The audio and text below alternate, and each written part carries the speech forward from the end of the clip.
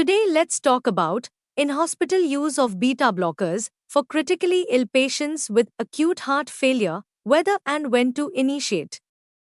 The use of beta blockers during hospitalization for acute heart failure remains controversial.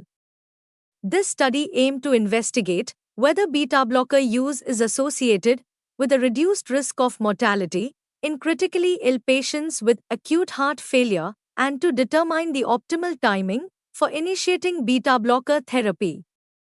Coming to methods, data from critically ill patients with acute heart failure in the MIMIC4 version 2.2 database were analyzed.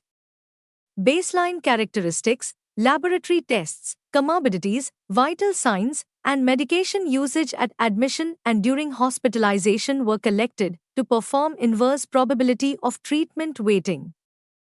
IPTW weighted logistic regression models were then used to examine the relationship between beta blocker use and mortality. Coming to results, in the IPTW weighted regression model, patients who newly started beta blockers or continued their use had a lower risk of in-hospital mortality compared to those not treated with beta blockers. Conversely, those who had beta blockers withdrawn showed a higher risk of in-hospital mortality.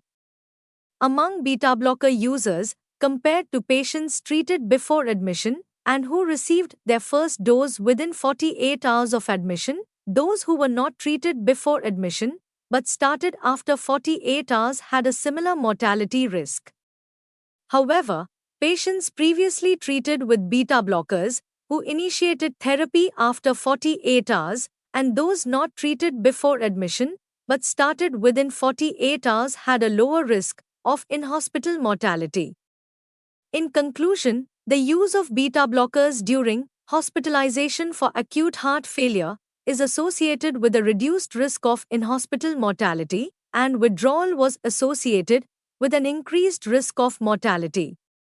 Initiating beta blockers within 48 hours for beta blocker-naive patients and after 48 hours for those previously treated with beta blockers before admission may further decrease mortality risk.